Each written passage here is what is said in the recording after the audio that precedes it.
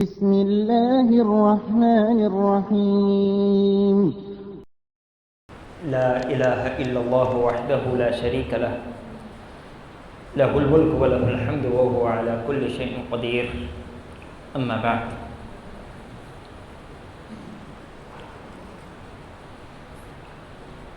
Dies پر تشریف فرما معزز علماء اکرام، ذمہ داران، دیگر سامعین،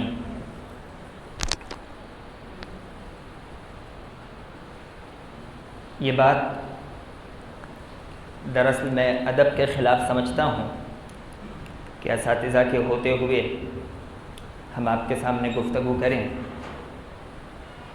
لیکن چونکہ شیخ کا حکم تھا تو میں آپ کے سامنے کچھ بولنے پر آمادہ اور راضی ہو گیا۔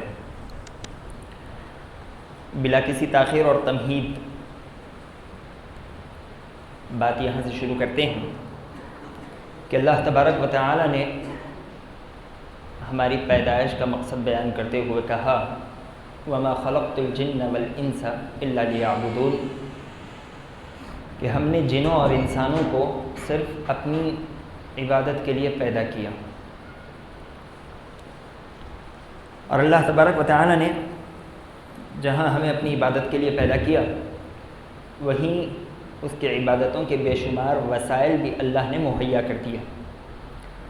طرح طرح کے مواقع اور کئی قسم کی عبادات اللہ تبارک و تعالی نے ہمارے سامنے رکھ دیں تاکہ ہم مختلف مواقعوں سے فائدہ اٹھاتے ہوئے مختلف قسم کی عبادات بجا لائیں اور اس کی نگاہ میں اپنا مقام بلند کریں، آخرت میں اپنے درجات کو بلند کریں۔ انہی مواقع میں سے ایک عظیم موقع ہمارے سامنے آنے والا ہے، ہم اس کے دہانے پر پہنچ چکے ہیں۔ رمضان کا مہینہ ہے۔ ہماری زندگی میں بہت سے رمضان آئے اور چلے گئے، چاہے رمضان ہو یا غیر رمضان، اکثر و بیشتر ہماری زبانوں پر یہی شکایت رہتی ہے کہ ہم نے عبادتوں میں کوتاہی کی، یا اللہ کی جس انداز سے عبادتیں ہونی چاہیے تھی ہماری عبادتیں اس حد تک پہنچ نہیں پائی۔ تو اس کی کیا وجہ ہوتی ہے کہ ہم عبادتوں میں اکثر کوتاہ اور پیچھے رہ جاتے ہیں؟ تو اس کی وجہ یہی ہے کہ اللہ تبارک و تعالی ہمیں توفیق سے محروم رکھتا ہے۔ توفیق کیا ہے؟ توفیق کا معنی بیان کرتے ہوئے علماء کہتے ہیں جعل اللہ فعل عبادی الی ما یحبہ ویرضاہ، اللہ تبارک و تعالی کا بندے کے کاموں کو اپنی محبت اور رضامندی کی طرف پھیر دینا۔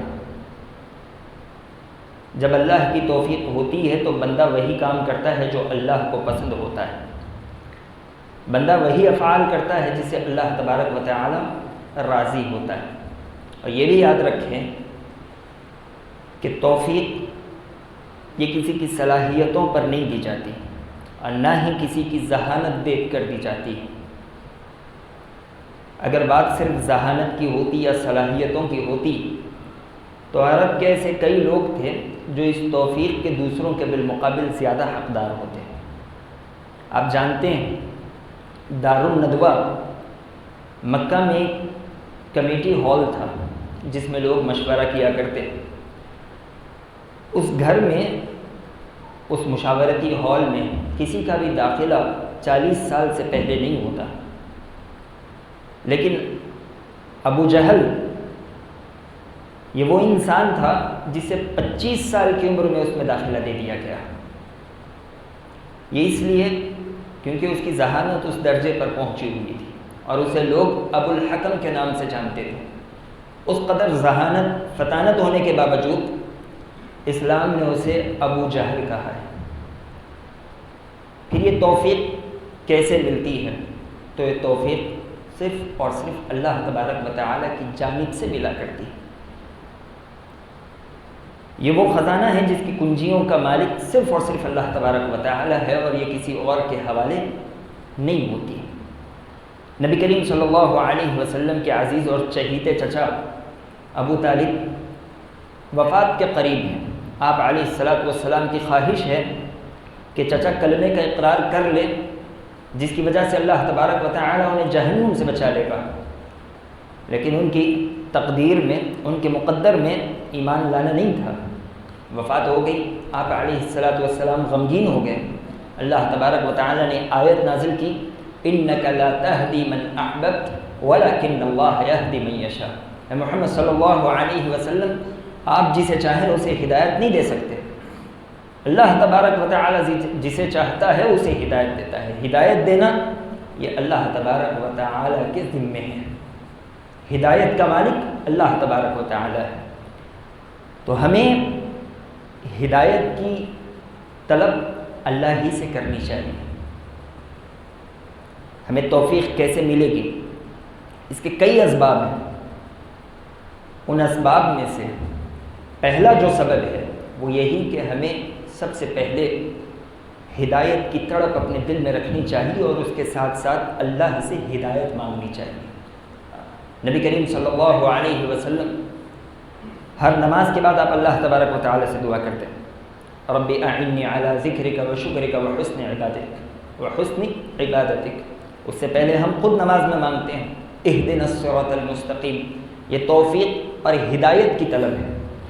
سب سے پہلے ہمیں توفیق کے لیے، نیک عمل کرنے کے لیے، اچھی زندگی گزارنے کے لیے اللہ سے توفیق طلب کرنے کی ضرورت ہے۔ اور اسی کے ساتھ ساتھ ہدایت طلب کرنے کا ایک جو ذریعہ ہے وہ ہے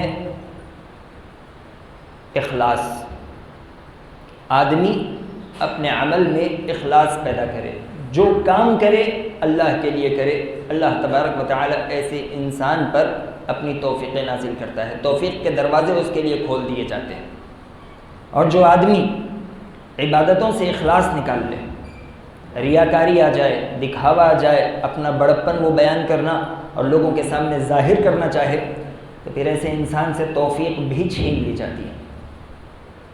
حدیث قدسی ہے، نبی کریم صلی اللہ علیہ وسلم کہتے ہیں کہ اللہ تبارک و تعالی نے فرمایا کہ انا اغنى الشرکاء، کہ میں شریکوں سے غنی ہوں، مجھے کسی شریک کی ضرورت نہیں۔ اور اس کے آگے اللہ تبارک و تعالی کہتا ہے من عمل عملا اشرک فیہ غیری ترکتہ وشرکہ، کہ جو آدمی میری عبادتوں میں میرے ساتھ کسی اور کو بھی شریک کرے، میں اسے بھی چھوڑ دیتا ہوں اور اس کے شرک کو بھی چھوڑ دیتا ہوں، مجھے کسی کی ضرورت نہیں ہوتی۔ تو سب سے پہلے ہمیں اپنی عبادتوں میں اخلاص پیدا کرنے کی ضرورت ہے۔ نبی کریم صلی اللہ علیہ وسلم کے عمل کو اللہ تبارک و تعالی نے قرآن مجید میں بیان فرمایا، کیا ہے؟ قل ان صلاتی ونسکی ومحیای ومماتی للہ رب العالمین۔ اے محمد صلی اللہ علیہ وسلم آپ کہہ دیجئے میری نماز، میری قربانی، میرا جینا، میرا مرنا، یہ سب اللہ تبارک و تعالی کے لیے ہے۔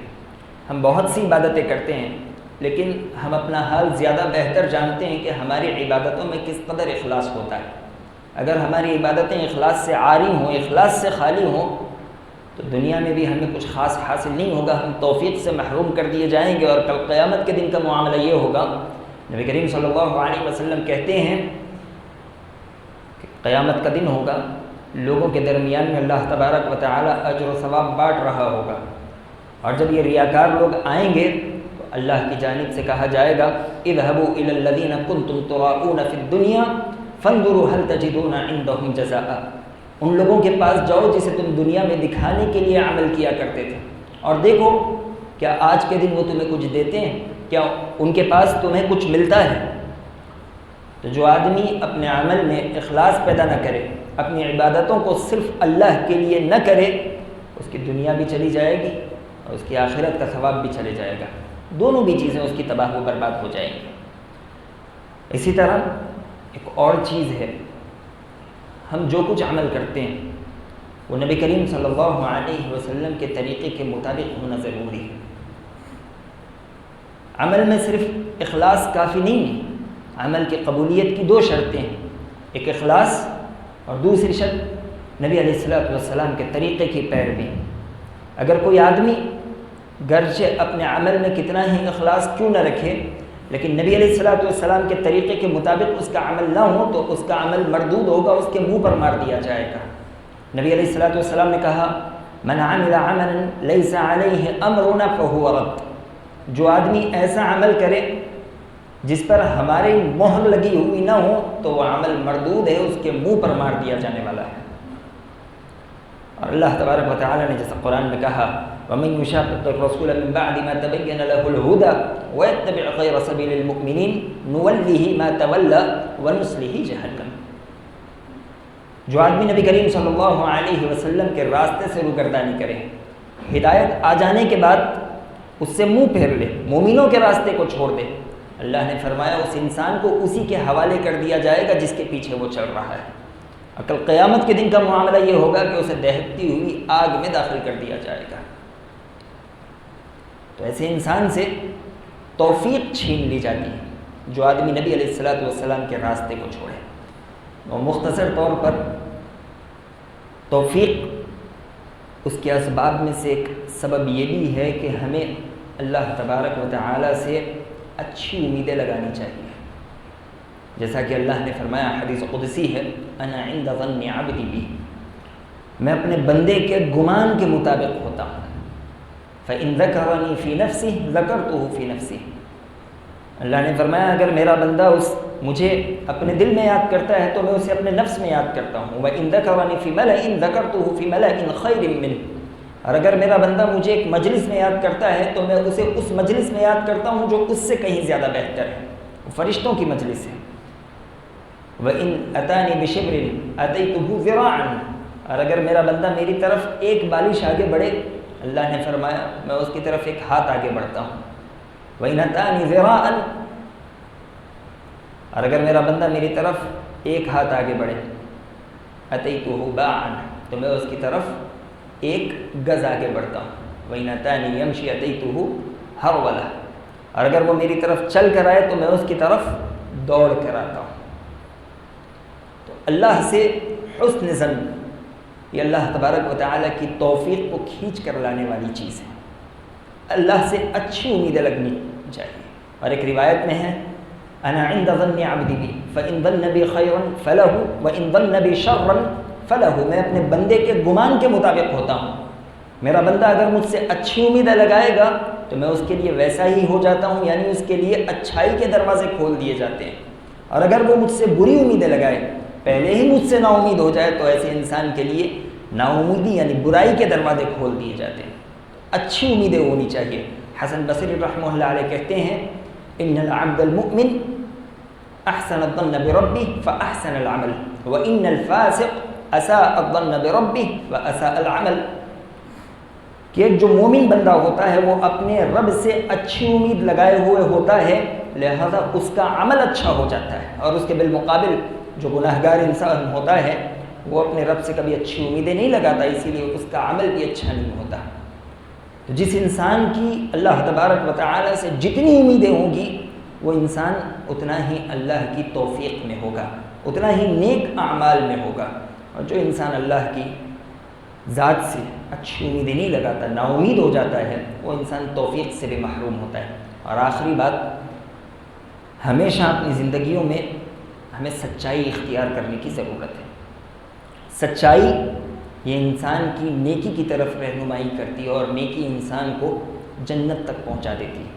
معروف حدیث ہے، آپ نے سنی ہوگی، نبی کریم صلی اللہ علیہ وسلم فرماتے ہیں علیکم بالصدق فإن الصدق يهدي إلى البر وإن البر يهدي إلى الجنة وما يزال الرجل يصدق ويتحرى الصدق حتى يكتب عند الله صديقا۔ نبی علیہ السلام کہتے ہیں کہ سچائی کو لازم پکڑو، سچ بولا کرو، اس لیے کہ سچائی نیکی کی طرف رہنمائی کرتی ہے، آدمی کو نیکی کی طرف کھینچ کر لاتی ہے، اور نیکی انسان کو جنت تک لے جاتی ہے۔ اور ایک آدمی سچ بولتا ہے، سچ کی تلاش میں رہتا ہے، یہاں تک کہ اللہ تبارک و تعالیٰ کے حضور اس کا نام سچوں میں لکھ دیا جاتا ہے۔ تو ہماری جو زندگی گزر رہی ہے وہ گزر رہی ہے، اسے گزرنا ہی نہیں، بس سوال یہ ہے کہ وہ زندگی کس انداز سے گزر رہی ہے۔ ہمیں اپنی زندگی اللہ تبارک و تعالیٰ کی عبادت میں گزارنی ہے، یہی ہماری زندگی کا مقصد ہے۔ اور ہم اپنے مقصد میں کب کامیاب ہو سکتے ہیں؟ جب اللہ کی توفیق شامل حال ہو، اللہ تبارک و تعالیٰ کی توفیق دعا سے، اخلاص سے، نبی کریم صلی اللہ علیہ وسلم کے راستے پر چلنے سے، اللہ کے ساتھ اچھی امیدیں لگانے سے، سچائی اختیار کرنے سے مل سکتی ہے۔ اس کے علاوہ اور اسباب ہیں، انشاءاللہ آئندہ پھر کبھی موقع ملے تو آپ کے سامنے گفتگو ہوگی۔ اللہ تبارک و تعالیٰ سے دعا ہے کہ الہ العالمین جو باتیں کہی گئی ہیں سمجھتے ہوئے اس پر عمل کرنے والا بنا۔ آمین۔ وآخر دعوانا الحمدللہ رب العالمین، والسلام علیکم ورحمۃ اللہ وبرکاتہ۔